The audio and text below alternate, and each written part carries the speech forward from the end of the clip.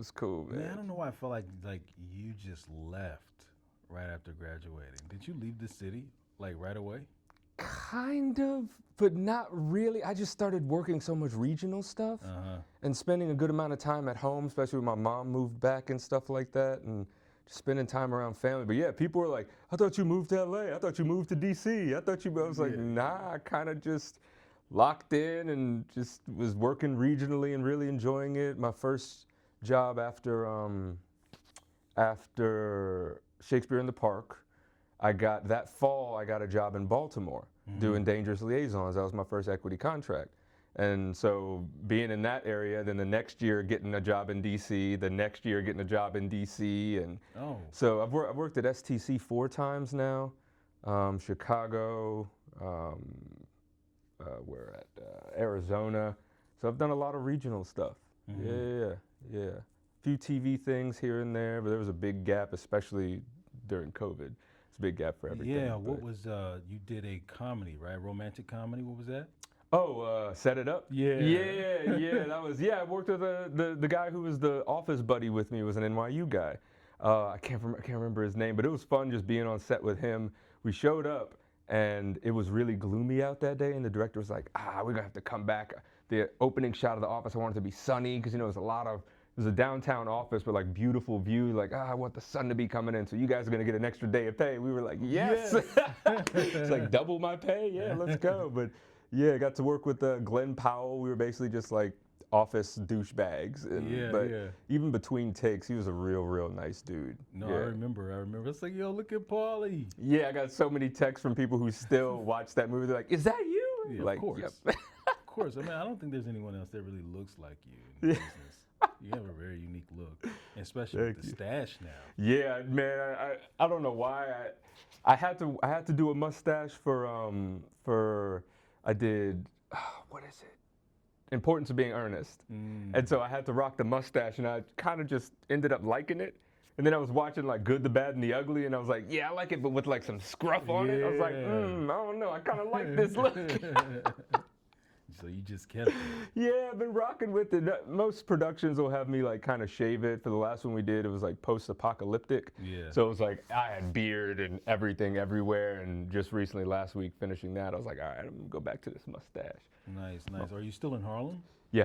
Yeah. I Yeah. was out in LA for a little while. During COVID, I actually went out there. A friend of mine does music, Mm-hmm. and with everything shut down, he was like, "Yo, if you want to come out, we have this house in Vegas. It's an art house. It's a music studio." He was like, "If you want to come out and storyboard my album for me." I was like, "Yo, it sounds great. You know, flex another artistic muscle. We've always wanted to work together." You do that? You do storyboarding? Yeah, I mean all of it, man. I love putting that stuff together. And so we shot a little short film out in the desert that like basically was like 4 or 5 of his songs, the first part of an EP that he wanted. Mm-hmm. But just working with him, I got to flex so many muscles. I got to shoot content. I got to pick out outfits. I got to got to do everything kind of around the artist in a Mm-hmm. way that really I was like, dang, this is fun. Yeah, It yeah. was fun, and also made me look at it made me look at myself in a different way as far as like how I'm presented. I'm not really on social media much. But like, oh man, if I needed to run someone's social account, so like Yeah. even I think for my dad, where I'm like, man, I should really take over his account, or if I wanted to do a documentary on him or Mm-hmm. something. So it just gave me this sort of content lens that I've really found to be a lot of fun. That's Yeah. good. That's good. Let's take a look. I was out in LA. We went out to Vegas, and then his family is in LA. His wife is a partner and kid. So we were kind of going back between both. But it was like I was out in Vegas doing that kind of a work during COVID times. Then my agency closed down here. I literally got a call from my agent when we were on a back desert road on a road trip, like taking pictures of this abandoned building with all this graffiti on it and stuff. And she had called me before, and I like just didn't pick up, and I didn't see an email. So I was like, I wonder what this could be about. Like, there's no auditions happening right now. And then I called her, and she was like, I'm sorry, da da da. And I was like, dang. And they'd been so kind. Yeah. So I was like, yo, I'm sorry, but I get it. Like we can't even pay rent in Midtown Manhattan right now. I'm like, yo, it's crazy to think about it. And she has this place in Bozeman, Montana. So I think she was calling me from there. Um, and it was just like a nice thank you for everything. And now I'm like at a literal crossroads in Yeah. the middle of the desert, being like, wow, okay, so that's just not a thing anymore. And luckily, one of the agents from that agency uh, got a call from our sister agency in LA, and they were like, hey, they want to open a New York office. I can bring some clients with me. Would you like to resign with me? And I was like, heck yeah. And that happened. That didn't happen for months and months though. Oh, So really? for a time, it was just like, all right, I'm just doing this thing. There's a lot of good money invested in this artist. I believe in him, and it was a really fun artistic job. You know, I was out there. I drove my truck from New Orleans out there. Bought a dirt bike for my 30th birthday, so I was just doing full West Coast. Like it's like Yeah. this. Is all I thought about the West Coast was like Terminator 2. You know, just like man, I want to go to arcades. I want to have a dirt bike. You know, and it was like being from New Orleans. There's no mountains and stuff. There's no. So it was Right. like completely different terrain that I could just go into. And yeah, I definitely made the most of it. Many road trips up and down the coast of California. Many times just the desert completely between LA and Vegas, just took full advantage of it. Death Valley National Park's one of my favorite places in the world. It's not easy, but it's worth it. Yeah. It's like it's the lowest, driest place in America for sure, but it also has the most topographical prominence. I think Mount St. Helen is only about a 4-hour drive from Badwater Basin, which is 282 feet below sea level. And so it's like all the stuff you get. I was like, desert, man, desert's just dunes. Then I went there and I was like, yo, every 1,000 feet things change. Like there's wild horses, there's bighorn rams, there's flash flooding. I was like, yo, what is this place? Yeah. And I've seen it all, man. Yeah, place blows me away. What did you learn anything there? Like, did something was this like some sort of? You always been an adventurous person. Yeah, yeah, It yeah. was just like back to your roots. You felt like a new awakening. Yeah, it was honestly when me and my friend first drove there. This was well before COVID, but when me and my friend first drove there, it was from LA and it was overnight, so we couldn't see anything around us until we got to the thing that said "Welcome to Death Valley," and within those next 20 minutes, the sun started rising. And it was just like miles and miles of nothing but mountain and us. And it was like a it was like a serenity and a silence and a scale like I had never felt. Like I'd been to the Grand Canyon, I'd never hiked down into it, but the scale of this place was just like something I never thought could exist. The freedom of it, the like how unpopulated it was, but how beautiful it was. It just taught, I don't know, it taught me so much, man. It was, yeah, the valley. Yeah, Wow. yeah, man. Really beautiful. So you were out there, and when did you come back to New York, or did you just get Of- another regional job? Officially, I got an apartment in LA, and then officially moved out of there about a year ago because I really wasn't getting more opportunities out in LA. You know, I had this agency out there, and I felt okay. If I have an agency that's partly based in LA and I'm already out west, let me give LA a little try. I had like one callback for a theater thing. Other than that, nothing else was in person. No, I had some good movie auditions and stuff, but it was also like nothing was in person. So it was kind of like, all right, I'm out here. Uh, I have this creative job I'm doing, and everything just felt kind of removed.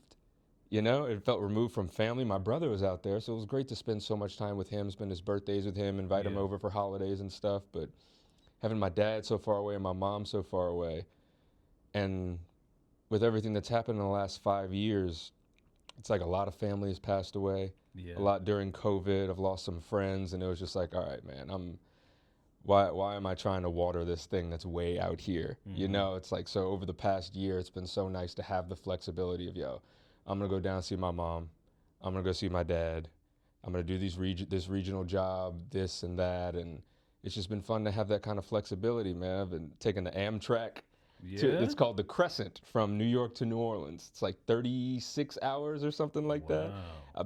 Yeah, man, just Sleeping car.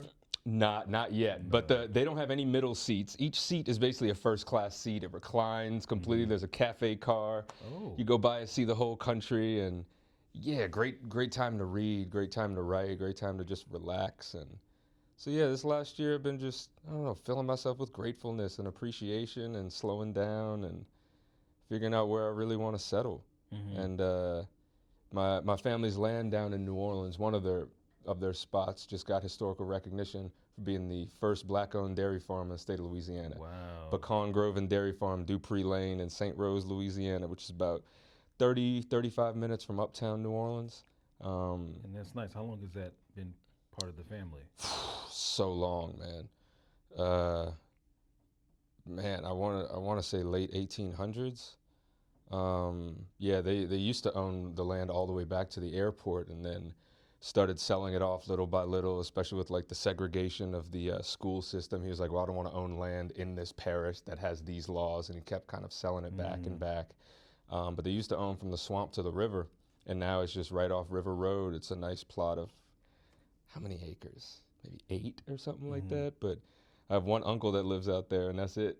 And Could you give me a brief history or give us a history on your family down there? Like, yeah. how long has your family been in New Orleans or in Well, Louisiana? some were native and indigenous. Mm-hmm.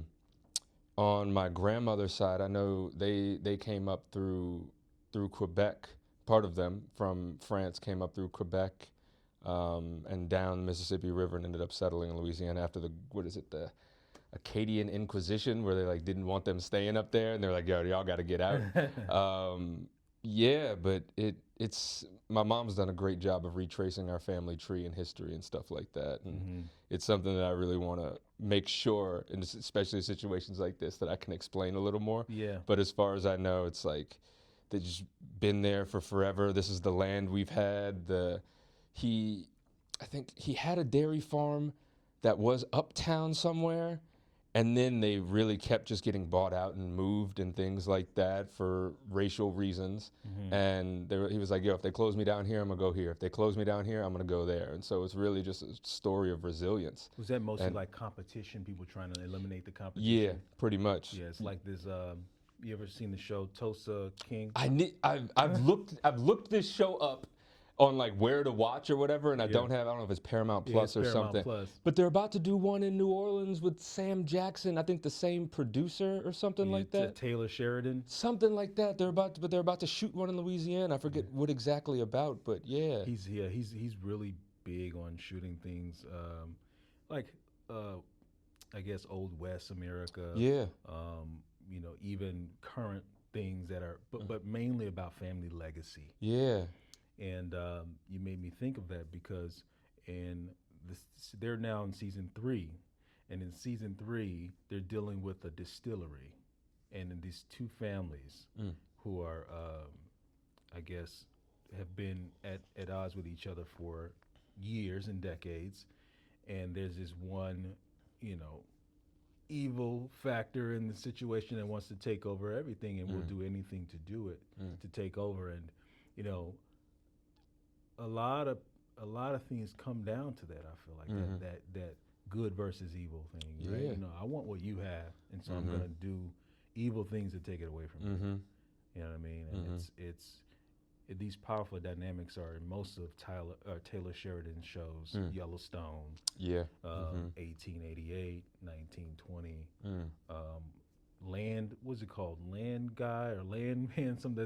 There's a show too about oil in Okay. Texas. Makes sense. So they probably yeah. going to New Orleans and focusing on a different thing. Yeah. But he's That's great. It's just rich history. Yeah, You a know, lot of like it. history repeats, but it's also like, where does that greed get you? Yeah, exactly. You know, that short-term profit for what part of your soul? Yeah, You know? yes, sir. Yeah. I mean, everyone will meet their demise, though. Right? For real. Yeah. know? For real. And But I think that's key that you say, I'm going to close me down here. I'm going to open up there. Like, you can't stop. You and he can't. didn't. Right? Yeah. And thinking about like legacy and things like that, it's like I'm kind of the youngest person in the family with that drive to kind of keep that going, or like take care of that land and try to get the funding to rebuild. Man, you look at this house; it's like straight out of a movie. It's so dilapidated, no one can walk into it. It's never been rebuilt, but it's like, man, if I could like if I just had few cows in the back and could offer people butter, Yes, just to be sir. like, yo, this is still the Dupree Farms. This is still this. Is hey, you want a pound of pecans? Like I still like, you know. That's nice, man. So just little things like that, and yeah, like like one thing is so funny. I always tell people when I look at contracts and stuff, first date I check is if it's during Mardi Gras or not. It's like it really is. It's like a citywide family reunion, and it's something that like after Katrina happened, having to be up and away from it for so long, for 4 years in high school, 4 years in undergrad, and then 3 years in grad school where I really couldn't go, was like, yeah, it's too much time missing out on this. My family's Wild Chapatulas Mardi Gras Indians, and just missing out on the tradition Wait, can of you that city. what was you went very fast with that? What was that? The Mardi Gras Indians. Uh-huh. It's an old tradition of basically when enslaved people were either freed or free people intermingled with the natives and the indigenous people of down there, and it's really just a way to show respect and kind of show off your culture. You have to hand bead everything, and you can only wear your suit that 1 year. After that, everything is recycled and kind of broken down. And Wild Chapatulas, or the Uptown Indians, all from in my neighborhood, or in our neighborhood, I should say. Same family as what am I trying to say? As basically what the Wild Chapatulas, like the musical Indians too, make a lot of music and things like that. It's the Neville brothers are also family members, so it's like that's all that same intermingled culture of just celebration and joy and music and praise. Yeah. Mm-hmm. Do you see a difference between how Mardi Gras is celebrated now versus like traditionally? Are there some different major differences? Uh, it, I would say just a lot of the tradition of, especially in the Mardi Gras Indians, of like the tradition of the weaving and the sewing. It's not it's not as magnetizing to the younger generation, which is another place where I see I can insert myself, because I'm like, yo, this is like the best thing I get to do all year. Super Sunday when they come out and show off, St. Joseph's night, which is the night before Super Sunday usually when they do all the stuff, and then Mardi Gras Day. And yeah, you get to it's just beautiful, man. Because It's, right now I feel like the perception of Mardi Gras is just a place to go down and get plastered, yeah, yeah. I get mean, wasted it's and naked and throw, and just catch beads and stuff. yeah, it's growing up in New Orleans. We were in such like the family section, like the residential section of Mardi Gras. So for us, we never really got much of that. The further you get down to the French Quarter, and people try to bring their own perceptions onto it, it gets sloppier. Is all I could say. Yeah, there's a famous Cops episode of this guy, the chief of police in the French Quarter, and he's at a podium, and it starts the episode. He goes, "All right, folks, listen up. It's Mardi Gras time. There's going to be a lot of women showing their chest, and there's going to be a lot of men trying to reciprocate. Male genitalia is strictly prohibited." And that's all he says. And then the show starts. The cop show. And this is an official Cops episode. Wow, how did you find that episode? Yeah, I know. I think about that sound clip all the time. Yeah. So what is the is what I'm trying to ask here is, what brought you to New York? You mentioned Katrina. Yeah. Originally, what brought you to New York? Yeah. We man, that hurricane season was like, there were so many hurricanes that were supposed to hit us and just missed. So there was a lot of people who had evacuated multiple times for no reason. So when Katrina's finally coming in, everyone's like, I remember I go to football practice that Saturday to look over tape from the game we had Friday. We leave practice, and my dad's like, yo, we gotta go. And my mom was already out of town on business at the time. So she was like, y'all gotta get out. And I'm like, yo, I'm sick of leaving. I'm sick of doing this. I'm just gonna stay through this one. And they were like, no, you can't. So, usually we'll take like a day or two, go to a city or go see family or something like that. And this time it was like after that first day or two, it was like you're watching your city on the TV like, oh, we can't go back. So my dad being partly from New York, born in New York, I was born in Queens. But we moved down to New Orleans before I was even 1. Oh, So it was okay. like, all right, we had the family support in New York. Mm-hmm. And we didn't know how long we would be up here. You know, it was like spend a little time with family, and then it was like, all right, they got to get into a school. My aunt was on the school board in Brooklyn, so it was kind of like a nice, seamless little thing. We got into St. Anne's, a wonderful school that took us on, very artsy school. Mm-hmm. Um, yeah, and then just kind of stayed. My dad found his inn here. My mom's job transferred to Atlanta. It was a much bigger job, same job, head of recreation for the city. And yeah, so that brought me to New York, but yeah, the school was just such a great school for me to explore theater. Really? Yeah, Is I that was your introduction to theater? my introduction to theater was after school Shakespeare in 5th grade down in Louisiana. Mm-hmm. And that's when I was like, yo, Shakespeare's the greatest. But they just they took theater, I don't want to say more seriously. It was just like more like theater. It was less like a presentation Mm-hmm. for we're going to do this presentational show for your family Yeah. every year. And it was more like, no, this is like gritty, real stories. This is theater. This is acting. This Mm-hmm. is it was just it was a different caliber once I got to New York, even in high school. And then went to college in Connecticut at Wesleyan, which is a wonderful, wonderful theater program, incredible film program as well.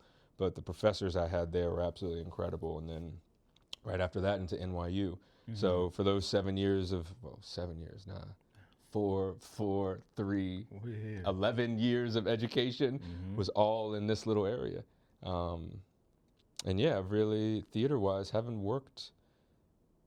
I've done one equity contract in New York, which was actually this past summer, working with New York Classical, Mm. doing some Shakespeare outdoors in some of the parks in Central Park, in Carl Schurz, and then in Battery Park, which was yeah, Wow, and essentially your first love in theater was Shakespeare. yeah, Then you brought yeah, it back. So, and it's what I do most in my career, honestly. did you ever imagine that though? Like, It's what I dreamed. oh, it was what you I, dreamed. I That's do. great. I mean, when I got to do the Tennessee Williams and play Gentleman Caller, that was fun. Just doing Metamorphosis, the Greek tragedies was a lot of fun, really big and bold. But no, Shakespeare is definitely.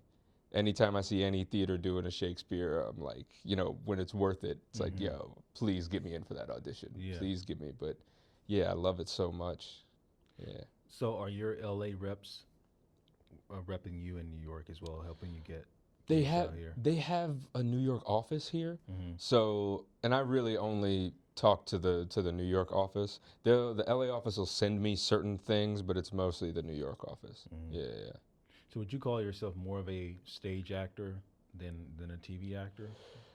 It's what my resume says. Your resume You know what I says, mean? It's yeah. not like I don't go out for TV or film things. I had good luck right after grad school getting, I was on Law and Order SVU doing Set It Up and like spot on High Maintenance and a few little things. I recently did a little spot on Elsbeth last December, and that was the first time I'd worked on screen in 5 years Yeah. or something like that. I mean, with those COVID years in between those Right. 5 years, but yeah, yeah, it is. It's mostly been a stage career. And you say mainly, what's the percentage of your income that comes from acting?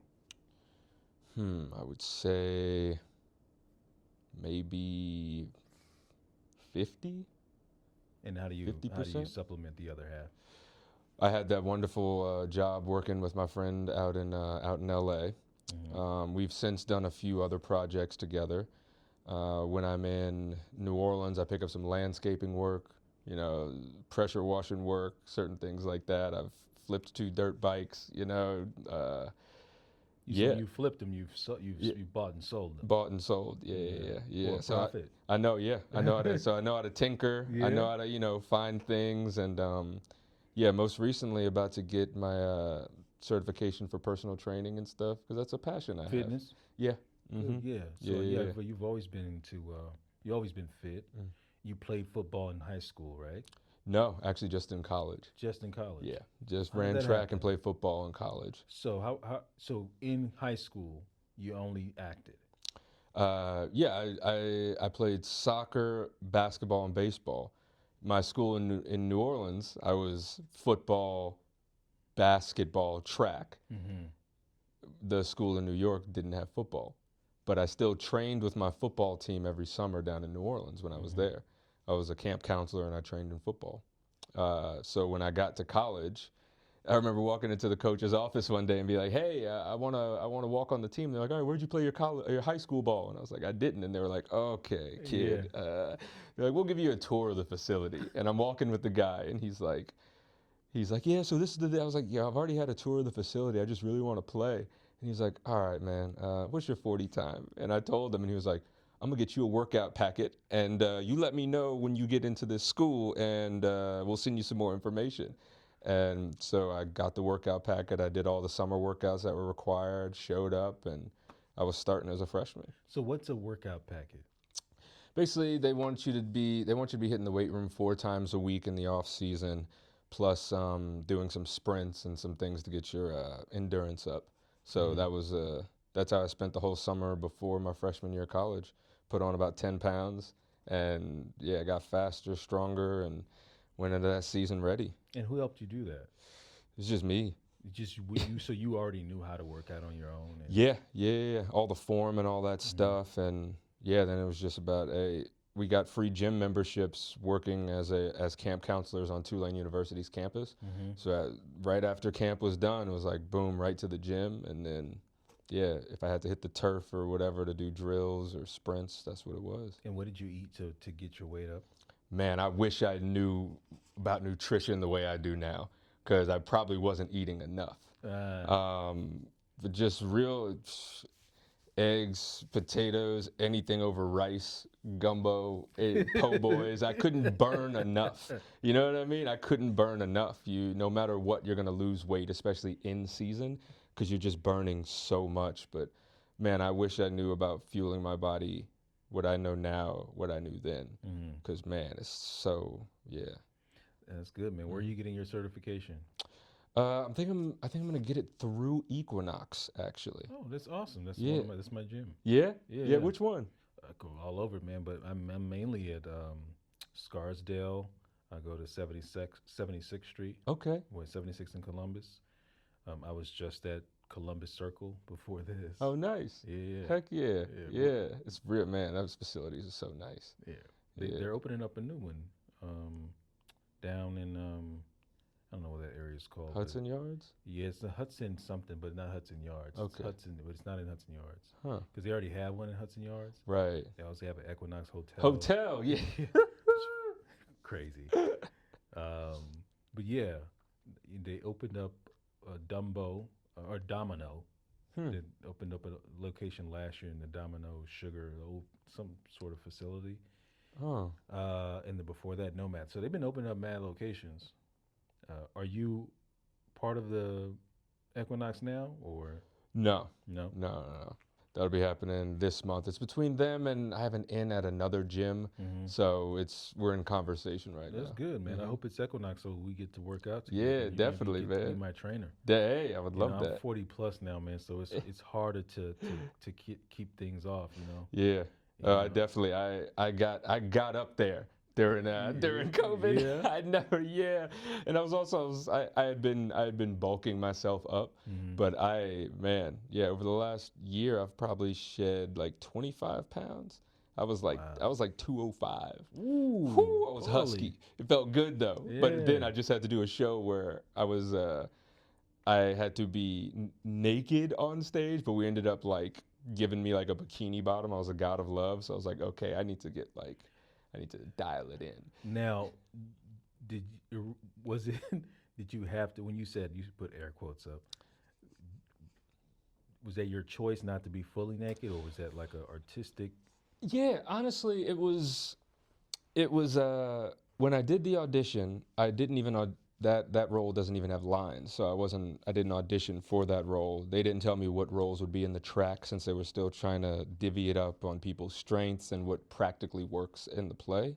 So when after the callback, my agents are telling me, "Oh yeah, they're gonna give you an offer, but one of the roles in your track has nudity. And I was like, okay, this is like way out of left field. This wasn't in the callback. We didn't talk about this at all. So I'm like, man, I'm ready to just say no.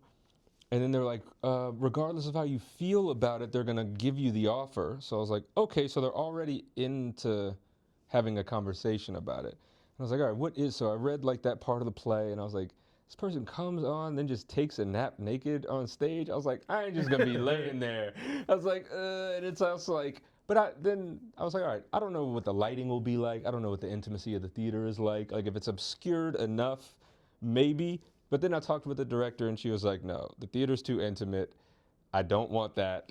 We're going to have you covered, but you will be shirtless. And I was like, all right, cool. That's game. I was like, awesome. I'll dial in my diet and workouts for that and be ready come showtime. Yeah. So, yeah. That's good. That's good.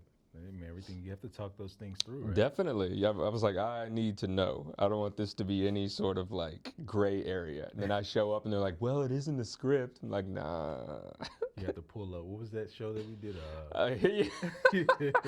Double Love Suicide. Double Love Suicide. Yeah. I was like, of course everyone wants to gender bend for this play. I was like, yes, for the geisha, geishas talking about having intercourse with like 30 men at a time. Crazy it's like, all stuff. right. And then Claudius, of course, like, let's go out naked. Like, why? We're men. Yeah. Like, we'll just tuck our dicks between our legs. It's like, all right, man. All right. The craziest craziest shit. You look good in that. You were the dad, right? Yeah. Yeah, you look great Remember in that outfit. Man. Yeah. Yeah. that show, I can't wait to talk to Nick about it. He's supposed to come in too. Nice. But that show, it was one of the most depressing shows we've ever done. I feel it was depressing. I had a sword fight, Mm-hmm. and then I played drums. That was about. I didn't do anything that rehearsal process. I was like chilling, doing nothing. You got lucky. You got the sweetest end of the deal then, because I mean, having to navigate the emotions and all the crying, it was so melodramatic. It was over melodramatic, yeah. And then I saw the movie and I was like, oh, that was the one show that I did all the research, like everything that was in like the suggested you watch. I was like, all I gotta do is this. And they're like, here's a documentary on how samurai swords are made. I was like, I don't speak about a sword. I just like fight Andrew for about 5 minutes and that's it. But I knew everything about a samurai sword. And how much of that information informs you of your character? Zero. I wasn't a sword maker. But I was like, listen, man, I'm here. I'm just trying not to be asleep on the couch. I'm trying to look like I'm working. Because really, I have nothing else to do. Yeah, it's like, crazy. Yeah. They're like, if you want to go practice your drum, they're like, the drum's really loud. I was like, I know it's loud. When am I going to Where else am I going to practice? Come on, man. Yeah, that was a cold January. Yeah, it was wild. You know, you think back on those things, like will any of that ever come back? And it might. It's possible. You use gurning in your career yet? That's it. Do I use what? You ever use gurning yet in your career? No, I don't. No, not yet. But hey, why not just throw it in a random audition and see what happens? You taste something sour, you just gotta start. I came across an old video of us clowning around during the rehearsals for that. And I was like, what were we doing, man? We were losing our minds. Yo, I so often, because I take my shoes off when I come in my house, I'll think about you in Playboy of the West Indies. They go wipe their foot when they come in. Yo, that was probably the most fun. That was so fun. I had so much fun doing that show with me, you, Nick, and Eugene. Oh man, that was so much fun. We were some characters. Some clowns. Full clown. It was full clown, man. I never mean you no harm, except that one time. Funny. You know they made a musical out of that. What? Yeah, there was a Playboy of the West Indies musical. Dang. I think maybe about 5 or 6 years ago in London. And I don't know what came of it, but yeah, it was. They were workshopping and making that happen. It's such a great story. It is. was trying to think of the song. Oh, Marianne. All the boys Love Marianne. Why do they love her? Cause she go woo Woo! like no one can. All the boys love Marianne. So much time. Can't get that back, man. That was fun, yo. Back to your time at so Wesleyan. Mm-hmm. You played football, you ran track, and what was the other sport? No, just football and track at Football and track. Wesleyan. I was recruited just for baseball, but then when I realized the baseball schedule didn't align well with theater, I was like, I'll do track, because track, you hit a good time early on in the season. That time still holds for your seeding for like championships and later on.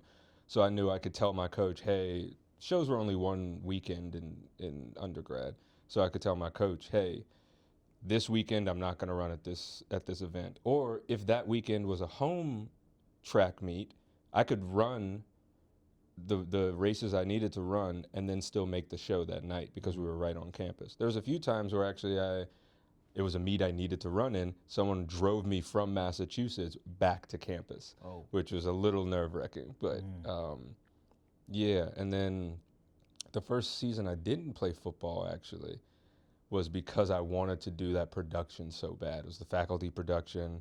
This guy Yuri was directing, who's now the head of Yale School of Drama's MFA directing program. He's incredible, incredible director. We did The Great God Brown, which is a Eugene O'Neill mask expressionist play from 1926. And that just set my love for theater in a way that was like, because he had such a mathematical mind, but also just like knew how to make everything life or death. And like, just the stakes and the focus that I got from that one production.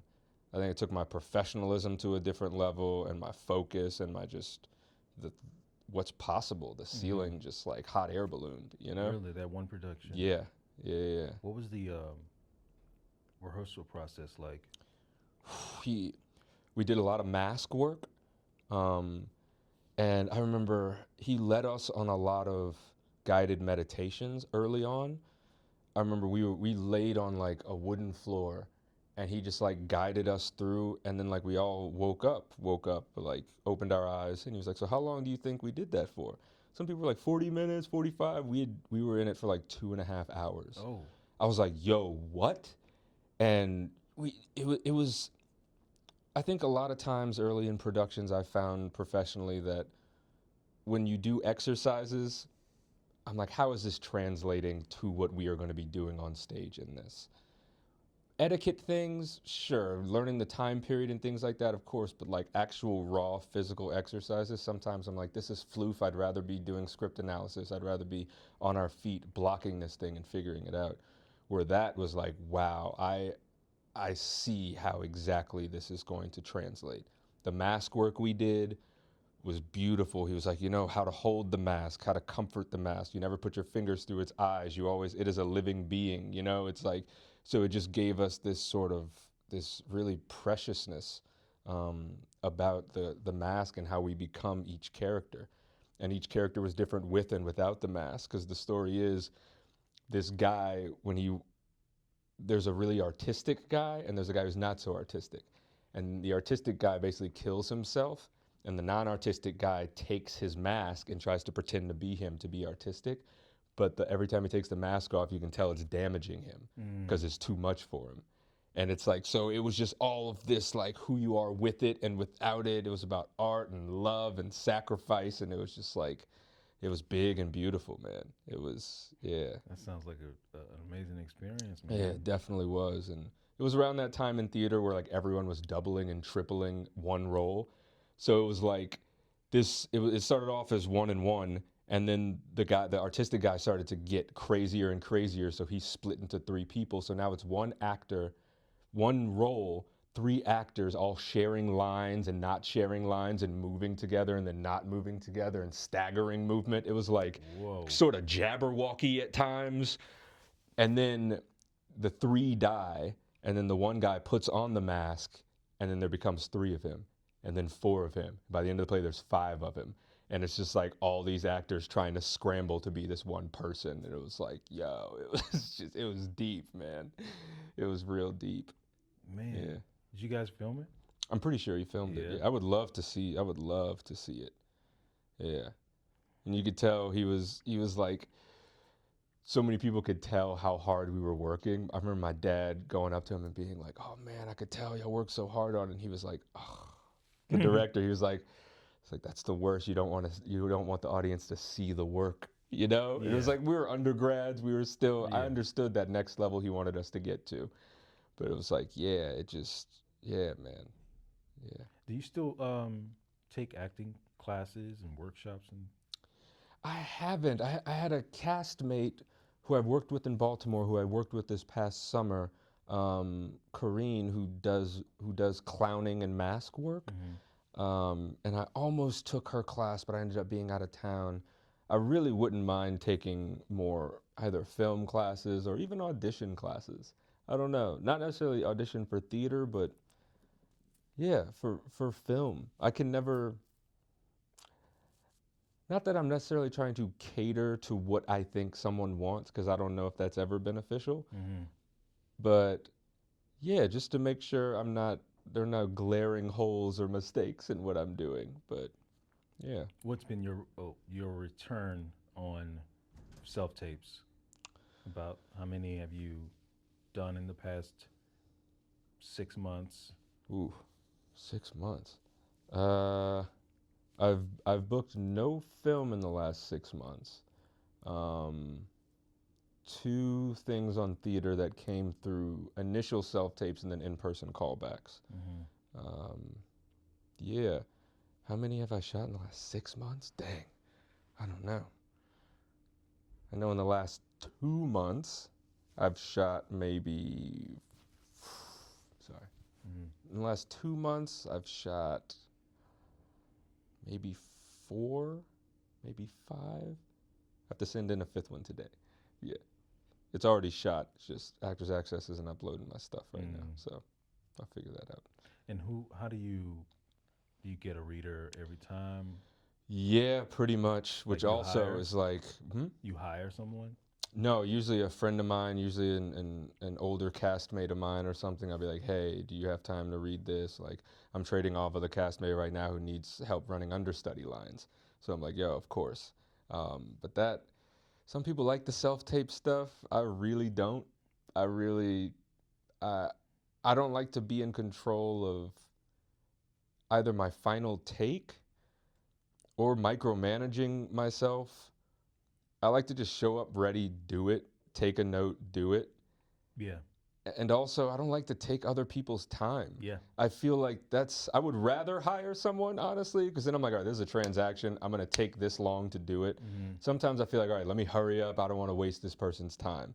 And I think that's like the biggest thing about shooting self-tapes right now. It's like, geez, I have to inconvenience someone else for me to do my job, you know? Which I love being readers for people. Like, yo, take your time. If we're going to do this, let's do it. Let's do it right. So for me helping people out, I never feel like they're wasting my time. That's also like why I like to sit in the aisle on airplanes. Like, I'll get up for you, but I'm gonna feel bad asking you to get up for me. But yeah, that's the self-tape game. It's a tough game. Yeah. It really is, and you have that's very important. Like, you don't want to look at yourself and be like, all right, this is the tape, because you're now in the editor and producer's chair trying to figure, all right, if I edit this part and maybe I should use this instead. Oh no, actually I like this clip better. That's really not our job.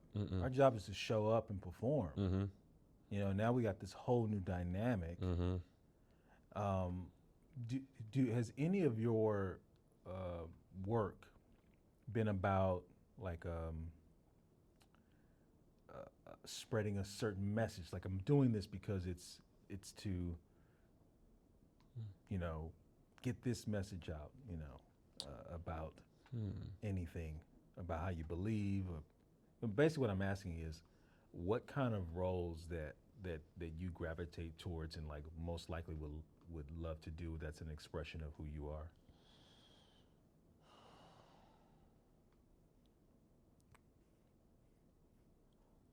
I'll say that.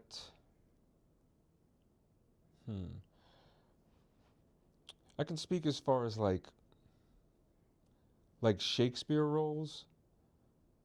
I love difficult roles. By difficult, I mean roles that people are like, oh, I hate that character because. And if I can make you love that character, not agree with that character, but also get a new light on that character, I think that shows my light, my humanity, and my perspective on things through a certain situation.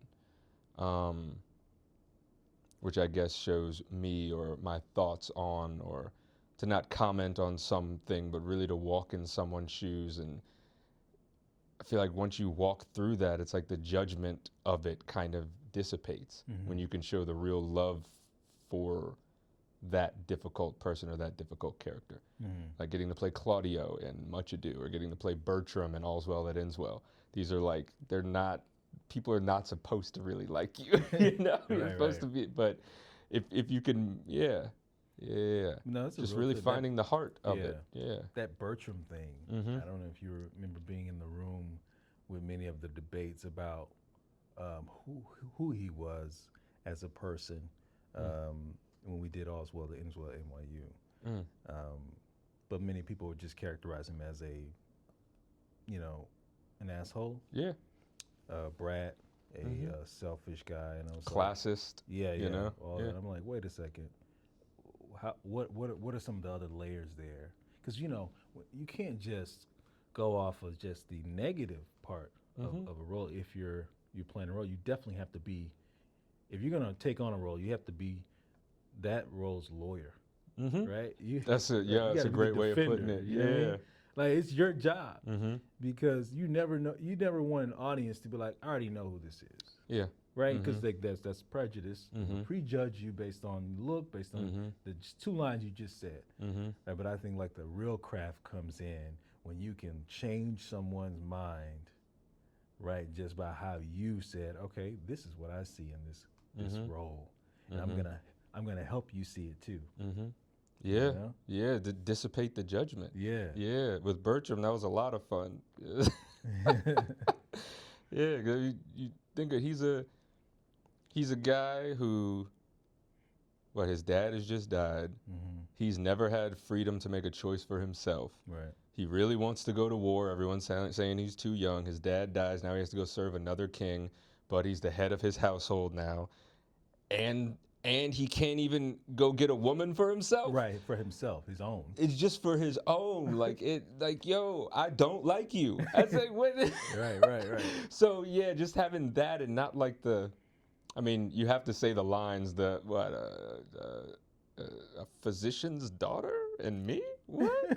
Come on, man. So there is that element to it, but that can't be the only thing. Right. No. People are rainbows, man. You got to find all the colors. So good way to put it. Yeah. Any advice you would give to your younger self?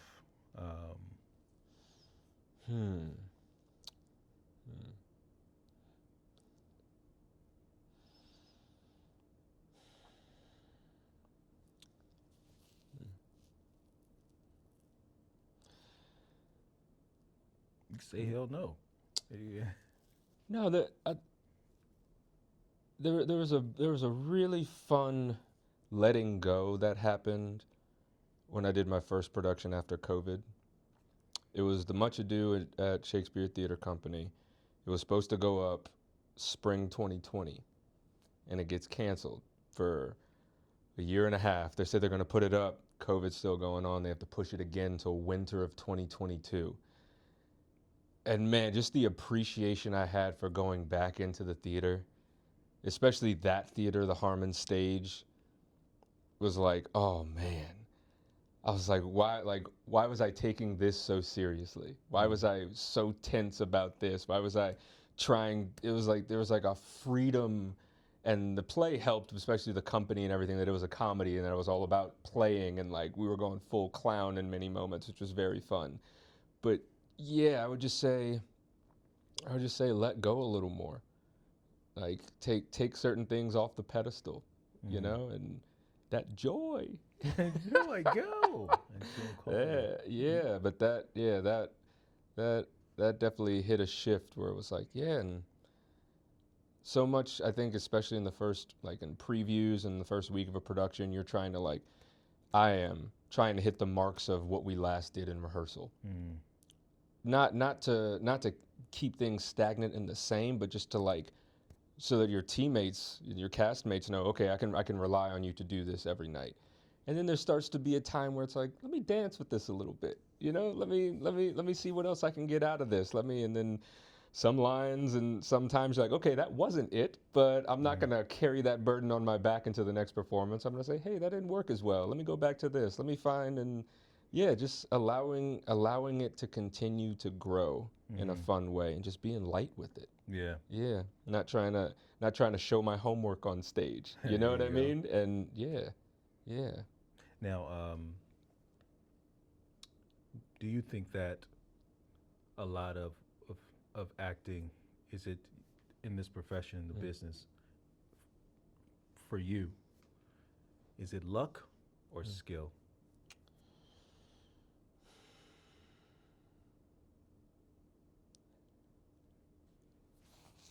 I I don't know if the most skillful person always gets the job,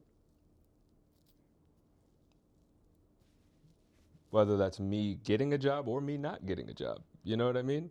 Um, I think there's a there's a commonality between certain people who are like, oh, I have worked with them. I know they get my language and things like that, which I don't see as being something you can't outdo or outperform as someone who isn't maybe in that in circle. Um,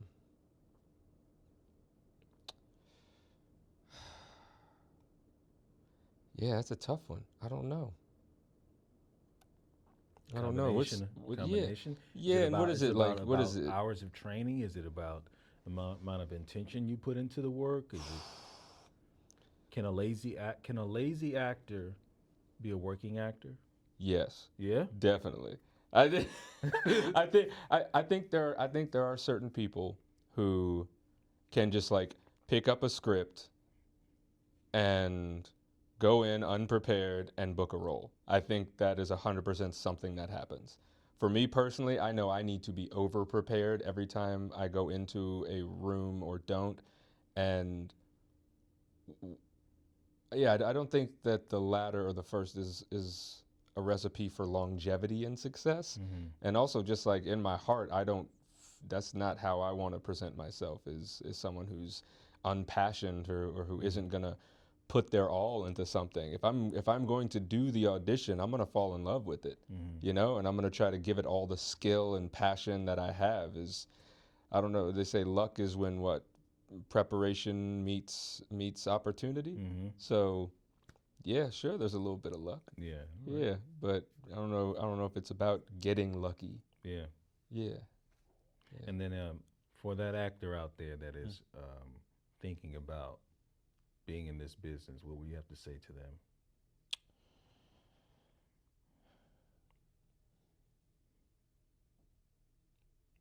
Go all the way and put your all into it. Make sure you have a good system of support and have a lot of passions. Yeah, yeah. Have a lot of passions. Know yourself. Know why you're doing this. Know what you're willing to sacrifice. Um, yeah. You might be living a frugal lifestyle. A somewhat impermanent lifestyle. Celebrate your little victories. Um, remember, I think it was Victor Williams who said, like, you'll probably get one out of every 68 auditions or something. And he was like, and one out of every 50 jobs is something that's like gonna creatively like enthrall you. It's like everything else is just a job, but that's the life of a working actor. Mm-hmm. It's not like you're gonna wanna. It's not like every role is gonna be like, this is what I've always dreamed of. You know, sometimes it's just a paycheck, and that's okay. And I forget who else talked to us in grad school about. It's like, yeah, there's certain things you can check off of like every audition. Like, all right, did it go well? Did I present myself well? Does this casting director continuously call me back for things? It's not always the green check of the actual check, which is getting the job. Mm-hmm. And it's like, if I can keep checking those things off for myself, I know I will feel good in myself, because ultimately it's not my decision on whether I get the offer or not.